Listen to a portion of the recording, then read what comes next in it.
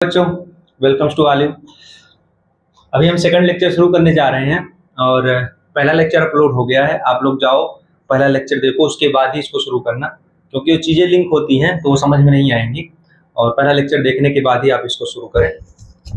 और उसमें एक चीज़ और है कि पहला लेक्चर जो था उसमें हम लास्ट में प्रैक्टिस के लिए कुछ क्वेश्चन दिए थे, तो उसका आंसर हम वहाँ पे ऐड नहीं किए थे। तो हमने सोचा मतलब कि अब आगे से हम ये करेंगे कि जिस क्लास का जो भी प्रैक्टिस क्वेश्चन रहेगा उसको हम लास्ट में आंसर दिए रहेंगे। आप लोग इतनी ईमानदारी करना कि क्वेश्चन प्रैक्टिस करने के बाद ही आंसर देखना।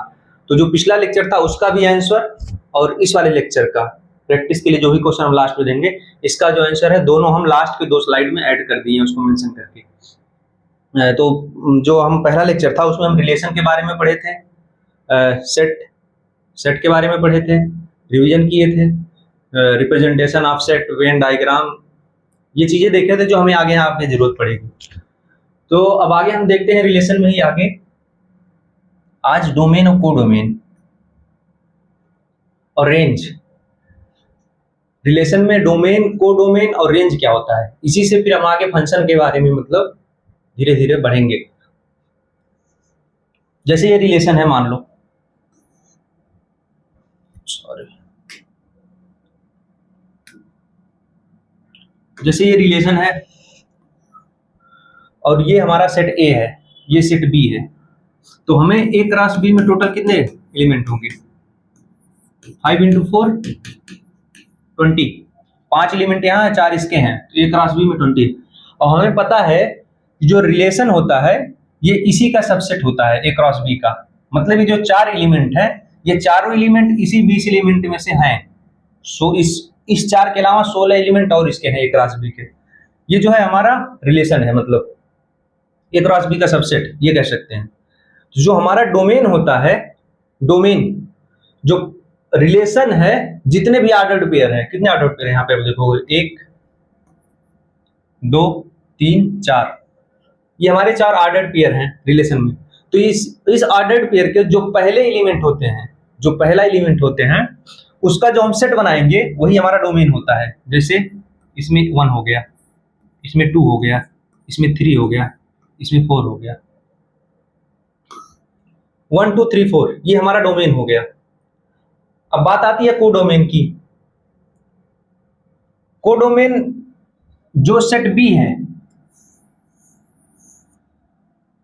जो सेट बी है डायरेक्टली हमारा कोडोमेन ही होता है। और रेंज क्या होती है? रेंज और कोडोमेन में अंतर आप समझना। अब जैसे यहाँ पे ये है, जो हमारा रिलेशन है उसका जो सेकंड ऑर्डर पेयर है, जो रिलेशन में जो ऑर्डर पेयर है उसका जो सेकंड वर्ड है, सेकंड एलिमेंट जो है, वही हमारा कोड, वही हमारा रेंज होता है। ये हो गया, ये हो गया, ये तो रेंज अब देखेंगे आप, ए कामा बी, ये ए तो ही है, सी, रेंज हमारा हो जाएगा ए कामा बी सी, ए कामा बी कामा सी। और कोडोमेन हमारा ए कामा बी कामा सी कामा डी था। मतलब आप समझना कि जो रेंज होता है वो बी का ही सबसेट होता है। आगे आप देखो, यही है कोडोमेन हमारा ए बी सी डी, और रेंज जो है A B C. Codomain is the target set B in which the second element lie. जो हमारा ऑर्डर पेयर होता है, जो उसका सेकंड एलिमेंट होता है, हमारा वही कोडोमेन है। और रेंज हमारा है जो एक्चुअल मतलब appears in the relation, second elements जो एक्चुअली में अपीयर होता है उसमें, जो हमारा ऑर्डर पेयर होता है रिलेशन में, तो वो हमारा रेंज कहलाता है। ये डोमेन जहां से स्टार्ट हो, स्टार्टिंग सेट जहां से स्टार्ट हो रिलेशन में। कोडोमेन पॉसिबल डेस्टिनेशन, जितने भी पॉसिबल डेस्टिनेशन है, जो सेकंड एलिमेंट होता है वो उसी इसी कोडोमेन का पार्ट होता है। मतलब जैसे उसमें सेट ए था, सेट बी, जो सेट बी है वो टोटल आपका कोडोमेन हो जाएगा। और जो रेंज होता है एक्चुअल डेस्टिनेशन रीच्ड, जो हमारा ऑर्डर्ड पेयर होता है रिलेशन में, जो ऑर्डर्ड पेयर होता है उसमें जो सेकंड एलिमेंट हम मतलब एक्चुअल डेस्टिनेशन रीच्ड, क्या क्या एक्चुअली में मतलब आ रहा है, वो हमारा रेंज होता है। आगे देखते हैं, जैसे ये क्वेश्चन है, इसमें डोमेन निकालना है, कोडोमेन और रेंज निकालना है। ये रिलेशन आपको दिया हुआ है, इसमें 3 ऑर्डर्ड पेयर हैं, तो आपका कोडोमेन तो ये हो जाएगा डायरेक्टली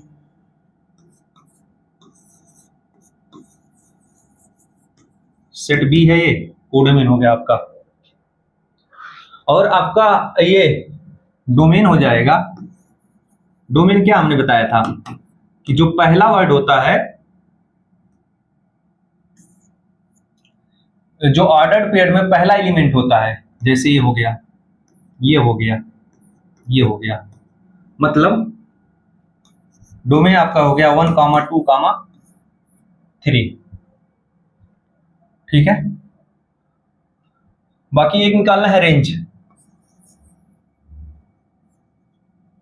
कोडोमेन आपका ये हो गया 5, 4, 5, 6, 7। और रेंज क्या होता है कि एक्चुअली में क्या है, मतलब रिलेशन में एक्चुअली में क्या आ रहा है। यहाँ पे तो है सेट बी में 4, 5, 6, 7 है, लेकिन यहाँ आपका इसमें रिलेशन में केवल 4 आ रहा है, 5 आ रहा है और अगेन 5 आ रहा है। तो आपका रेंज केवल 2 ही वर्ड अचीव हो रहे हैं, 2 ही एलिमेंट अचीव कर रहे हैं, 4 और 5। तो आपका रेंज ये हो गया। आई होप आप समझ रहे होंगे और अच्छे से। अब आप यहाँ पे देखेंगे कि ये रेंज इसी कोडोमेन का सबसेट है। आप इसको समझना, कोई डाउट हो तो आप कमेंट करके बताना जरूर।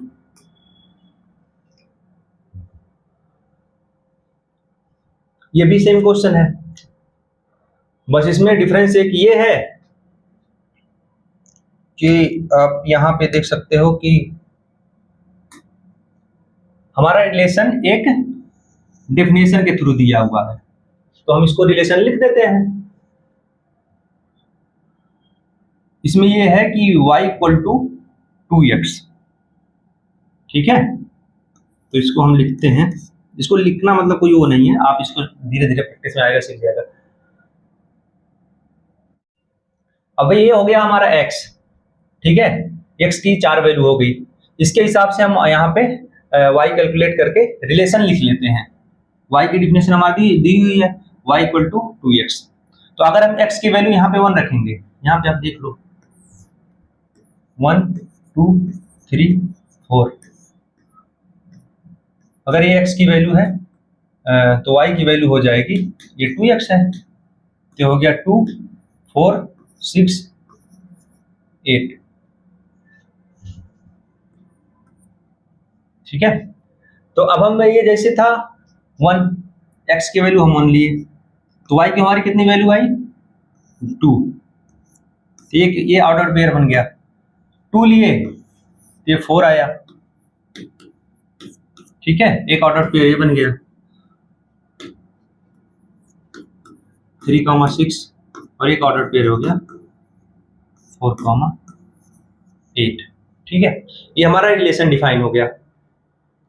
अब आपको पता है सबसे सिंपल कोडोमेन होता है, सबसे सिंपल कोडोमेन होता है। कोडोमेन हमारा ये हो गया। ठीक है, डोमेन क्या होता है, जो हमारा रिलेशन है, जो रिलेशन दिया हुआ है, जो रिलेशन हमने निकाला, उसका जो ऑर्डर्ड पेयर है उसमें जो पहला एलिमेंट होता है वो हमारा डोमेन होता है। ये हो गया, जैसे ये हो गया, ये हो गया, ये हो गया, तो हमारा डोमेन हो गया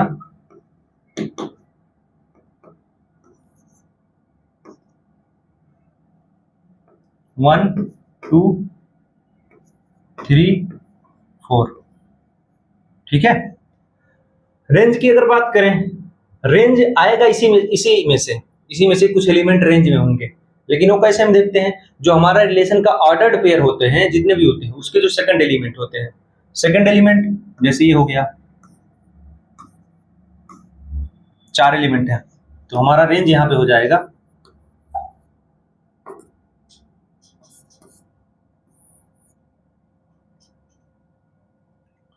ये रेंज हमारा हो गया 2, 4, 6,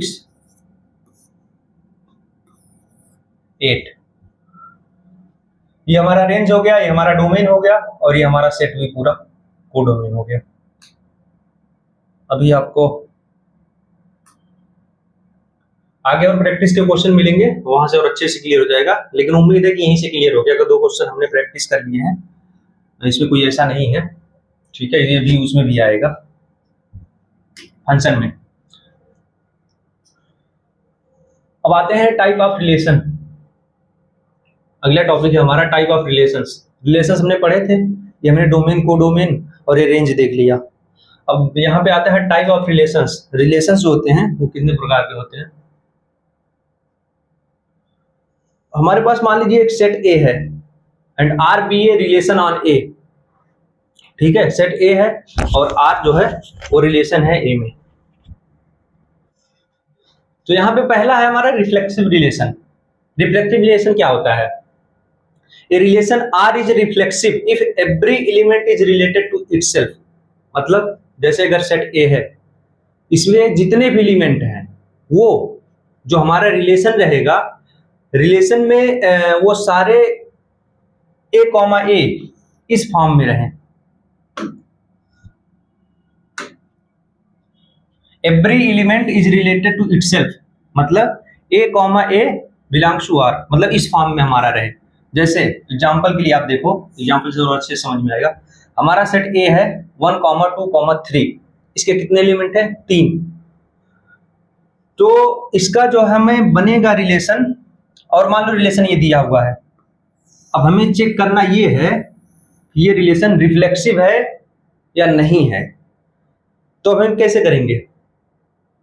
हमारा डेफिनेशन क्या कहता है? Every element is related to itself, ठीक है, मतलब जैसे एक एलिमेंट ये है सेट ए का, ये खुद से रिलेट करे, मतलब जो ऑर्डर्ड पेयर बने 1, 1, इसका जो ऑर्डर्ड पेयर बने 1 है, ये खुद से रिलेट करे, मतलब 1, 1। दूसरा एलिमेंट है 2, मतलब इसका वो बने ऑर्डर्ड पेयर 2, 2 खुद से रिलेट करे। तीसरा सेम यही 3, 3, ठीक है।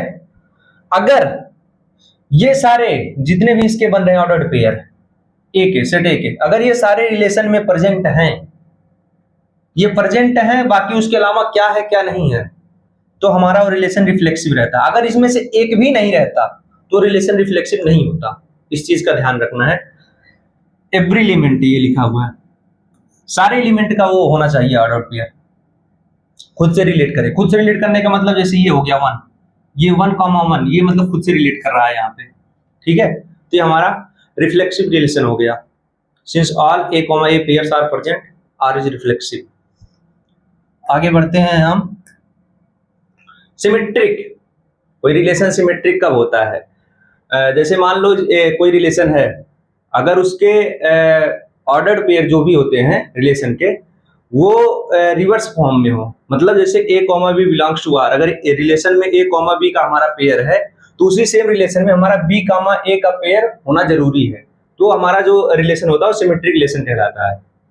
एग्जांपल के लिए आप देखो, जैसे यहाँ पे हमारे पास है कोई सेट ए 1, 2, 3, इसका रिलेशन हमें दिया हुआ है, 4 इसमें पेयर है। अब ये देखो कि पहला जो पेयर है 1, 2, इसका हमें रिवर्स जो पेयर बनेगा 2, 1 ये दिया हुआ है। सेम यहाँ पे 2, 3 है, इसका 3, 2 दिया हुआ है। तो ये हमारा रिलेशन मतलब सिमेट्रिक हो गया, क्योंकि इसमें जो पेयर दिए हुए हैं वो हमारा उसका रिवर्स पेयर बना हुआ है इसमें ऑलरेडी, तो ये हमारा रिलेशन हो गया सिमेट्रिक। अगला आता है ट्रांजिटिव का। ऐसे ये है कि कोई रिलेशन ट्रांजिटिव कब होता है? जब उसका कोई पेयर, रिलेशन का कोई पेयर, 2 पेयर इस फॉर्म में, मान लो ए, बी में है और एक बी, सी में है, और तीसरा पेयर, इसके साथ तीसरा पेयर ए, सी का प्रेजेंट हो, मतलब ये दोनों देखो हमारा सेम हो गया। यहाँ पे देखो आप, ए, बी है एक और एक है बी, सी। आप यहाँ देखोगे ये दोनों सेम हो गया हमारा, ठीक है। तो ये जो ए, सी, इसके अलावा जो बच रहा है ए और ये सी, मतलब ये तीसरा पेयर हमारा प्रेजेंट होना चाहिए। तो ये हमारा जो रिलेशन होता है ट्रांजिटिव कहलाता है। आप एग्जांपल के थ्रू देखो, सेम वही सेट हमारा 1, 2, 3 दिया हुआ है। अब रिलेशन दिया हुआ है, इसमें 3 पेयर दिए हुए हैं, 1, 2, 2, 3, 1, 3। अब जैसे हमने बोला था कि ए, बी एक पेयर होना चाहिए और एक बी, सी, अगर ये हैं तो ए कॉमा सी वाला पेयर प्रेजेंट होगा, तभी ये रिलेशन ट्रांजिटिव होगा। अब यहां आप देखो ए कॉमा बी की जगह पे हमारा एक पेयर दिया हुआ 1,2 और दूसरा दिया हुआ है 2,3, मतलब ये दोनों एलिमेंट देखो इक्वल है, सेम है, तो ये हमारा सेम ही ये बन रहा है। तो यहां से 1,3 निकल रहा है ए कॉमा सी की वैल्यू, तो ये हो गया हमारा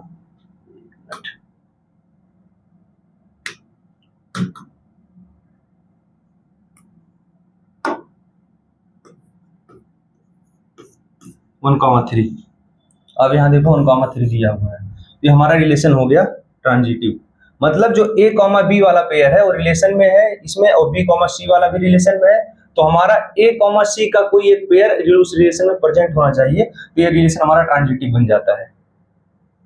आगे हम इसको एक एग्जाम्पल के थ्रू देखते हैं। नहीं, इसके पहले हम रिफ्लेक्स इक्विवेलेंस रिलेशन पढ़ लेते हैं क्योंकि ये सेम ही है, फिर आगे हम देखते हैं इसको। अब इक्विवेलेंस रिलेशन क्या होता है? इक्विवेलेंस रिलेशन वो होता है कि कोई भी रिलेशन अगर ट्रांजिटिव है, रिफ्लेक्सिव है, सिमेट्रिक है, जो हमने तीनों भी पीछे पढ़ा है, रिफ्लेक्सिव, सिमेट्रिक, ट्रांजिटिव, अगर ये तीनों एक साथ है तो वो रिलेशन हमारा इक्विवेलेंस रिलेशन कहलाता है। एग्जांपल के लिए आप देखो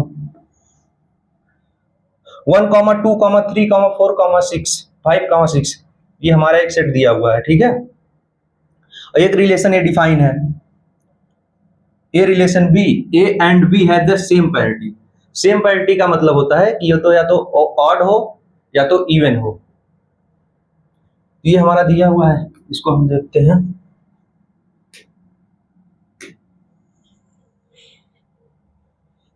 ये हमारे रिलेशन टोटल बनेंगे सेम पैरिटी का, आप देखोगे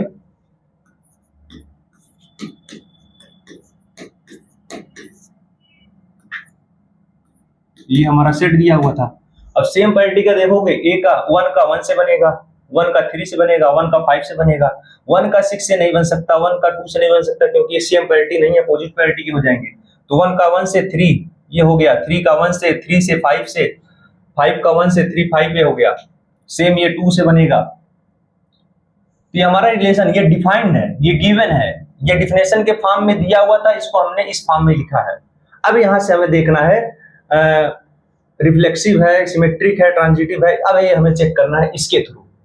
अब हम देखेंगे हमारे पास नंबर है 1 2 3 4 5 6, क्या ये 6 जो एलिमेंट है इनके 1,1 वाले पेयर सारे प्रेजेंट है रिलेशन में? अगर प्रेजेंट है तो रिफ्लेक्सिव हो जाएगा। आप देखोगे 1,1 यहाँ पे प्रेजेंट है, 2,2 है, 3,3 है, 4 भी है, 5 का भी है, यहाँ पे 6 का है, तो ये रिलेशन हमारा रिफ्लेक्सिव है। अब सिमेट्रिक चेक करते हैं, 1 का रिलेशन है 3 से, ठीक है, और ये 3 का रिलेशन है 1 से, तो ये हमारा प्रेजेंट है। कई सारे पेयर होंगे, 5 का 1 से है, 1 का 5 है, 2 6 है, 6 2 है, 4 2 4 भी है, तो हमारा रिलेशन सिमेट्रिक है, ठीक है। अब ट्रांजिटिव के लिए देखते हैं, ट्रांजिटिव के लिए 1,3 है और एक पेयर है हमारा 3,5, ठीक है। अब हमारा देखो ये दोनों नंबर सेम है, दोनों नंबर सेम है, तो अगर ये रिलेशन ट्रांजिटिव हो रहा है तो इसके लिए हमारा 1,5 का पेयर प्रेजेंट होना जरूरी है, तभी ये रिलेशन ट्रांजिटिव होगा। अब क्या 1,5 का पेयर प्रेजेंट है? यहां हम देखेंगे प्रेजेंट है यहाँ पे 1,5 का पेयर, तो ये रिलेशन ट्रांजिटिव हो गया। और आगे चेक करने के लिए 2,4,6 भी रखेंगे, कई सारे पेयर हैं हमारे 2,4 और 4,6। आप एक और देख लो, 2,4 हो गया, ये 4,6 हो गया, ठीक है।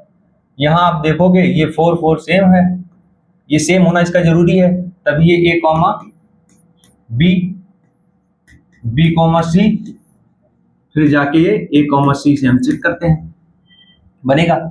यहाँ देखो B B ये सेम होना चाहिए, तो 4 4 हमारा सेम है, तो A और C की वैल्यू आ गई, मतलब यहाँ से 2, 6 होना कंपलसरी है इसके लिए, ट्रांजिटिव होने के लिए।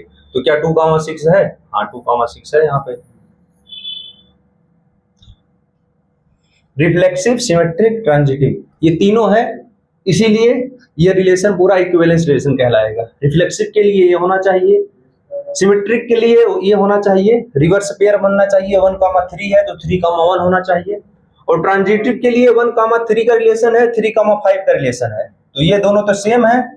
तो इसके लिए अगर ये रिलेशन ट्रांजिटिव है तो इसके लिए हमारा 1, 5 का पेयर प्रेजेंट होना जरूरी है, तो रिलेशन आपका हो जाता है ट्रांजिटिव। अगर ये तीनों हैं किसी रिलेशन में, ये तीनों एक साथ हैं, तो वो रिलेशन आपका इक्विवेलेंस रिलेशन कहलाता है।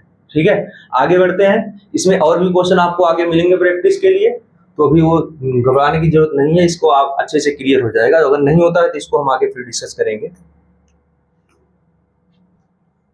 अच्छा, इसी में एक छोटा सा कॉन्सेप्ट है इक्विवेलेंस क्लास का। इक्विवेलेंस क्लास क्या होता है? ये सीबीएसई में नहीं है पर ये आईएससी में है, इसको हम देख लेते हैं यहीं पे ही।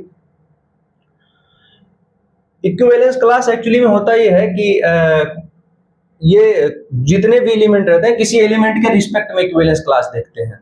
अब जैसे हमारा ये पीछे वाला क्वेश्चन था, इसमें रिलेशन क्या था हमारा? A and b have the same parity, तो पैरिटी हमारा क्या हो सकता है? ऑड हो सकता है या इवन हो सकता है। हमारे पास दो ही केसेस हैं, ठीक है। तो अब हम यहाँ पे इक्विवेलेंस क्लास अगर देखेंगे तो ये 1, 2, 3, 4, 5, 6 है। अगर हम 1 के रिस्पेक्ट में देखेंगे तो 1 का ग्रुप क्या बन सकता है? 1 ऑड है, इसके साथ सारे ऑड वाले रहेंगे। अगर हम 5 का देखेंगे तो 5 ऑड है, इसके साथ सारे ऑड वाले रहेंगे। मतलब अगर 1 का हम देखेंगे तो 1, 3, 5 है, ठीक है। अगर मान लो हम 5 के रिस्पेक्ट में निकालते हैं, तो अगर 5 के रिस्पेक्ट में निकालेंगे तो भी 1, 5, 3, तो भी यही सेम ही बन रहा है, ठीक है। तो चाहे आप 1 के रिस्पेक्ट में निकालो, 5 के रिस्पेक्ट में निकालो, 3 के रिस्पेक्ट में निकालो, सेम रहेगा। सेम तरीके से 2, 4, 6 इसका भी आप चाहे जिसे निकालोगे सेम रहेगा। तो यहाँ पे वही है, इक्विवेलेंस क्लास डिस्कस किया हुआ है। जैसे यहाँ पे देखो 1 के रिस्पेक्ट में 1, 3, 5, ये आपका हो गया 1 के रिस्पेक्ट में इक्विवेलेंस क्लास। अगर कोई आपसे इक्विवेलेंस क्लास पूछ रहा है तो उसमें एलिमेंट का नाम, एलिमेंट जरूर दिया जाएगा कि इसका इक्विवेलेंस क्लास क्या होगा, ठीक है। और ये 2 है, 2 के रिस्पेक्ट में 2, 4, 6 है। बस सिंपल सही कॉन्सेप्ट है। R is an equivalence relation on set A, then equivalence class of an element A belong to A, मतलब जो सेट A दिया हुआ है उसमें से जिसका भी इक्विवेलेंस क्लास पूछा जाएगा वो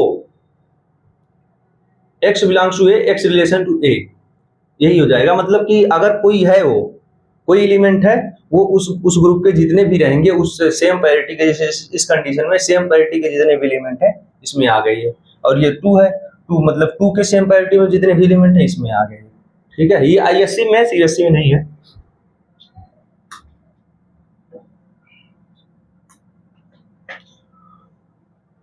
आगे एक छोटा सा कॉन्सेप्ट आता है एंटी सिमेट्रिक रिलेशन का। सिमेट्रिक में क्या होता है? सिमेट्रिक में हमारा होता है A, B और B, A, ये दोनों पेयर अगर प्रेजेंट है तो ये हमारा रिलेशन सिमेट्रिक कहलाता है। एंटी सिमेट्रिक में केस में क्या है कि ये जो हमारा ये है वो मतलब, लेकिन इस केस में A = B हो जाए। अब आप यहाँ पे समझो = B मतलब 1, 1 हो गया, 2, 2 हो गया, तो ये एंटी सिमेट्रिक हो गया। अब कुछ स्पेशल टाइप के रिलेशन होते हैं, उसको भी देख लेते हैं। इम्पिटी रिलेशन, नाम से ही पता चल रहा होगा आपको। अगर कोई रिलेशन है उसके अंदर कुछ भी ना हो, एक भी ऑर्डर्ड पेयर ना हो 5, वो हमारा इम्पिटी रिलेशन हो जाता है। एग्जांपल दिया है। यूनिवर्सल रिलेशन, यूनिवर्सल रिलेशन क्या होता है? अगर कोई आपको सेट दिया हुआ है, ठीक है, जैसे ये सेट दिया हुआ है, इसमें आपको 2 एलिमेंट है, तो इसके कितने ऑर्डर पेयर बनेंगे? A क्रॉस A, अगर A क्रॉस A हम निकालेंगे, अगर इसके एलिमेंट कितने बनेंगे? 2 एलिमेंट इसके हैं, 2 इसके हैं, तो 2 × 2, मतलब 4 ऑर्डर्ड पेयर टोटल बनेंगे A क्रॉस A के। और रिलेशन के लिए क्या होता है? रिलेशन के लिए मतलब इसी 4 ऑर्डर्ड पेयर में से कुछ ऑर्डर्ड पेयर रहेंगे या तो चारों रहेंगे, 4 से ज्यादा नहीं होंगे। 0 होगा तो एम्प्टी रिलेशन हो गया, 0 से लेके 4 तक उसी 4 में से कोई ना कोई रहेगा।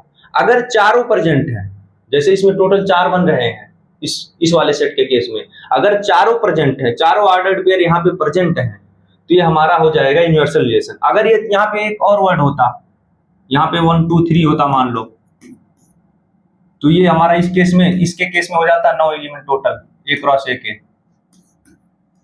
A के 9 ऑर्डर्ड पेयर टोटल बनते। तो 9, अगर 9 ऑर्डर्ड पेयर यहाँ पे प्रेजेंट रहते तो ये हमारा हो जाता यूनिवर्सल रिलेशन, मतलब सारे इसमें प्रेजेंट होने चाहिए, ठीक है। आइडेंटिटी रिलेशन ये देखो, हमारा जितना भी एलिमेंट दिया हुआ है किसी सेट में, जितने भी एलिमेंट दिए हुए हैं उसका 1 A, A वाला पेयर प्रेजेंट होना चाहिए सारे का। जैसे यहाँ पे 1, 2, 3 है, तो इसका मतलब ये हो गया 1, 1 प्रेजेंट होना चाहिए, 2, 2 प्रेजेंट होना चाहिए, 3, 3 प्रेजेंट होना चाहिए। अगर और कुछ होता तो वो भी प्रेजेंट होना, जैसे 4 होता तो 4, 4 इसमें होना चाहिए। वो रिलेशन हमारा आइडेंटिटी रिलेशन कहलाता है। Every element is related only to itself, मतलब जैसे 1 है तो 1 को खुद से रिलेट यहाँ पे करना पड़ेगा। ये हुआ, ये हुआ, ये हुआ। इसका उतना यूज नहीं है, पर यह है कि आप लोग थोड़ा सा इसको एक बार देख लेंगे तस्वीर में। अब यहाँ पे देखो, आप हमें एक क्वेश्चन लिए हैं जिसके थ्रू आप यहाँ पे देखो सारे आपके कॉन्सेप्ट जो पीछे पढ़ाए हुए हैं एक बार पीछे रिवाइज हो जाएंगे। हमारा ये क्या है, एक सेट दिया हुआ है 1, 2, 3, 4 का, और रिलेशन हमारा दिया हुआ है ये 1, 2, 3, 3, 4 का, ठीक है। अब हमसे पूछा है डोमेन, कोडोमेन नहीं पूछा है, डोमेन रेंज पूछा है। कोडोमेन के लिए हमारा दूसरा सेट दिया नहीं है तो हम अभी उसको नहीं निकाल सकते हैं। डोमेन क्या होता है, जो हमारा रिलेशन दिया हुआ है उसके जितने भी ऑर्डर्ड पेयर हैं, जो रिलेशन दिया हुआ है जितने भी ऑर्डर्ड पेयर है, यहाँ पे 3 ऑर्डर्ड पेयर है, उसका जो पहला एलिमेंट होता है उसका जो सेट बनेगा वही हमारा डोमेन होता है। तो यहाँ पे हम लिखते हैं डोमेन।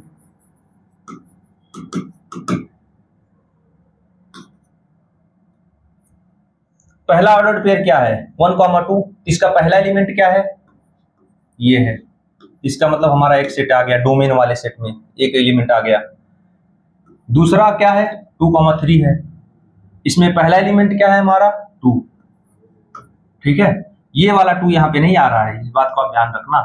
और तीसरा हमारा ऑर्डर्ड पेयर क्या है 3, 4, इसका पहला एलिमेंट क्या है 3, ये हमारा डोमेन हो गया। और रेंज क्या होता है, जो हमारा रिलेशन दिया हुआ उसके जितने भी ऑर्डर्ड पेयर हैं उसके जो सेकंड एलिमेंट होते हैं, मतलब जो एक्चुअली में हमारा आता है, और रिलेशन में जो एक्चुअली में आता है वो हमारा रेंज कहलाता है। इसको भी आप फंक्शन के साथ जब पढ़ेंगे तो यहाँ पे और अच्छे से क्लियर होगा। ये देखो, ये है, कलर चेंज कर लेते हैं। ये देखो, ये है, ये हो गया, ये हो गया। तो रेंज हमारा हो गया 2, 3, 4, ठीक है। डोमेन होता है जो पहला एलिमेंट होता है ऑर्डर्ड पेयर का रिलेशन में, और रेंज होता है जो दूसरा एलिमेंट होता है ऑर्डर्ड पेयर में जो रहता है रिलेशन में उसका। अब हमें रिफ्लेक्सिव चेक करना है, हमारे पास कितने एलिमेंट हैं 4। अब इस चारों के A, A वाला पेयर प्रेजेंट होना चाहिए जो रिलेशन दिया हुआ है। रिलेशन में इसका है, अगर है तो रिलेशन रिफ्लेक्सिव है, नहीं तो नहीं है। अब हम देखेंगे हमारा यहाँ एक भी A, A का पेयर नहीं दिख रहा है, तो हमारा ये रिफ्लेक्सिव नहीं है, ठीक है। क्यों नहीं है कि नो A, A पेयर और प्रेजेंट। सिमेट्रिक के लिए क्या जरूरी है, सिमेट्रिक के लिए क्या चीज होना चाहिए, अगर A, B है, आप डिफिनेशन के थ्रू जाओ, सिंपल सा डिफिनेशन लिख लिया करो। तो यहां पे बी कॉमा ए होना चाहिए, ठीक है, मतलब रिवर्स। अब 1 कॉमा 2 है, क्या 2 कॉमा 1 है? इस केस में नहीं है। 2 कॉमा 3 है, इस केस में भी नहीं है। 3 कॉमा 4 का तो है ही नहीं, तो ये आपका सिमेट्रिक रिलेशन नहीं है, ठीक है। अब ट्रांजिटिव के लिए चेक करते हैं, इसकी डिफिनेशन क्या है? ए कॉमा बी और बी कॉमा सी अगर ये है तो हमारा क्या होना चाहिए?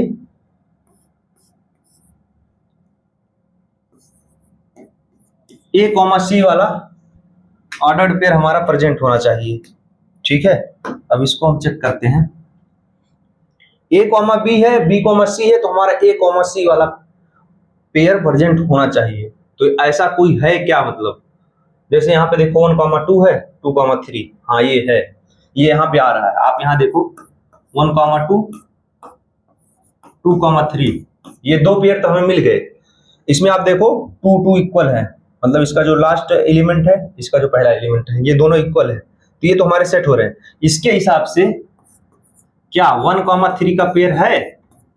मतलब ये और ये और ये 1 कॉमा 3 का पेयर अगर इसमें होगा तो ये रिलेशन आपका ट्रांजिटिव होगा, अदरवाइज नहीं होगा। तो ये 1 कॉमा 3 का इसमें है नहीं, तो ये आपका रिलेशन ट्रांजिटिव भी नहीं है। डोमेन ये हो गया आपका, रेंज ये हो गया। रिलेशन रिफ्लेक्सिव नहीं है, क्यों नहीं है? क्योंकि ए कॉमा ए का कोई पेयर इसमें प्रेजेंट ही नहीं है। कोई क्या मतलब सारे पेयर होने चाहिए, तब वो आपका रिलेशन रिफ्लेक्सिव होगा। मतलब 1 कॉमा, अगर यहाँ पे 1 कॉमा 1 दिया होता और 2 कॉमा 2 दिया होता, तब भी ये रिलेशन रिफ्लेक्सिव नहीं होता, क्योंकि ये रिफ्लेक्सिव तभी होगा जब इसके सारे एलिमेंट का ए कॉमा ए वाला पेयर प्रेजेंट होगा। दूसरा सिमेट्रिक भी नहीं है। सिमेट्रिक क्यों नहीं है? क्योंकि ए कॉमा बी और बी कॉमा ए का कोई भी पेयर नहीं है। 1 कॉमा 2 है पर 2 कॉमा 1 नहीं है, 2 कॉमा 3 है यहाँ पे, ठीक है, तो सिमेट्रिक नहीं है। ट्रांजिटिव भी नहीं है। ट्रांजिटिव क्यों नहीं है? ए कॉमा बी और बी कॉमा सी वाला पेयर तो है, पर ए कॉमा सी का कोई पेयर यहाँ पे नहीं है, ठीक है, मतलब 1 कॉमा 3 का यहाँ पे नहीं है कोई पेयर, इसलिए ये रिलेशन आपका ट्रांजिटिव भी नहीं है। तो यहाँ पे हम ये रिलेशन वाला पार्ट खत्म करते हैं, और यहाँ पे हम कुछ क्वेश्चन आपको दिए हुए हैं। जैसा हमने बोला था कि इसके हम आंसर पीपीटी के लास्ट में ऐड कर दिए हैं, तो आपको इतनी ईमानदारी रखनी है कि उसको आप इस क्वेश्चन को सॉल्व करने के बाद ही देखना है, और पहले लेक्चर का जो आंसर था उसको भी हम लास्ट पेज पे ऐड कर दिए हैं। आप इसको बताना अगर कोई डाउट होगा, फिर हम उसको फिर से डिस्कस करेंगे किसी एक क्लास में लगा के। ये रिलेशन हो गया आपको, ये क्वेश्चन हो गया। इसमें आपको डोमेन और रेंज निकालना है। इसको मैंने प्रैक्टिस कराया है, आप एक बार खुद से प्रैक्टिस करना। अगर इसके बाद भी कोई डाउट है तो फिर डिस्कस करेंगे इसको। रिलेशन, कौन सा रिलेशन है ये देखना। ये तो सिंपल सा दिख रहा है कि ये इम्प्लिसिट रिलेशन है, कोई है ही नहीं इसमें। डोमेन और रेंज निकालना है, लेकिन ये अलग तरीके का है। क्यों? क्योंकि आपको पहले रिलेशन, आपका डिफिनेशन दिया हुआ रिलेशन का, यहां से आपको रिलेशन लिखना है ऑर्डर्ड पेयर में सारे, तो इसको आप लिख के एक बार प्रैक्टिस करना। रिफ्लेक्सिव, सिमेट्रिक और ट्रांजिटिव चेक करना है। इसमें सेम वही है, रिलेशन का डिफिनेशन दिया हुआ आपको, उसका वो लिखना है। अब कैसे लिखना है ये हमने आपको पीछे बताया है। यहाँ सिंपल सा डिफिनेशन भी दिया हुआ है, a minus b is even, इसको डिफिनेशन है तो इसी के हिसाब से लिखना है। इसमें आपको ये इक्विवेलेंस रिलेशन प्रूव करना है और उसका इक्विवेलेंस क्लास निकालना है। डिफिनेशन आपको रिलेशन का दिया हुआ है, इससे आप ऑर्डर्ड पेयर पहले लिखने की कोशिश करना, उसके बाद आराम से आप इक्विवेलेंस रिलेशन चेक कर लेना इसमें, और उसका इक्विवेलेंस क्लास निकालना है लास्ट में। इसको आप कोशिश करना। ये 2-3 क्वेश्चन जो लास्ट के हैं ये काफी अच्छे हैं। अगर नहीं समझ में आएगा इसको हम फिर से डिस्कस करेंगे। ये आपका 5 के आंसर हो गए, इसको आप बाद में देखना, पहले आप उसको लगा लेना, मतलब सारे एक बार ट्राई कर लेना। ये आपके पहले लेक्चर के जो सारे आंसर हैं, ठीक है। तो ये आपका हमारा जो रिलेशन वाला पार्ट है, इसको यहाँ पे हमारा खत्म हुआ। मतलब आगे नेक्स्ट लेक्चर में, लेक्चर नंबर 3 में हम आपसे मिलते हैं फंक्शन के साथ। तब तक के लिए टाटा बाय बाय सभी को।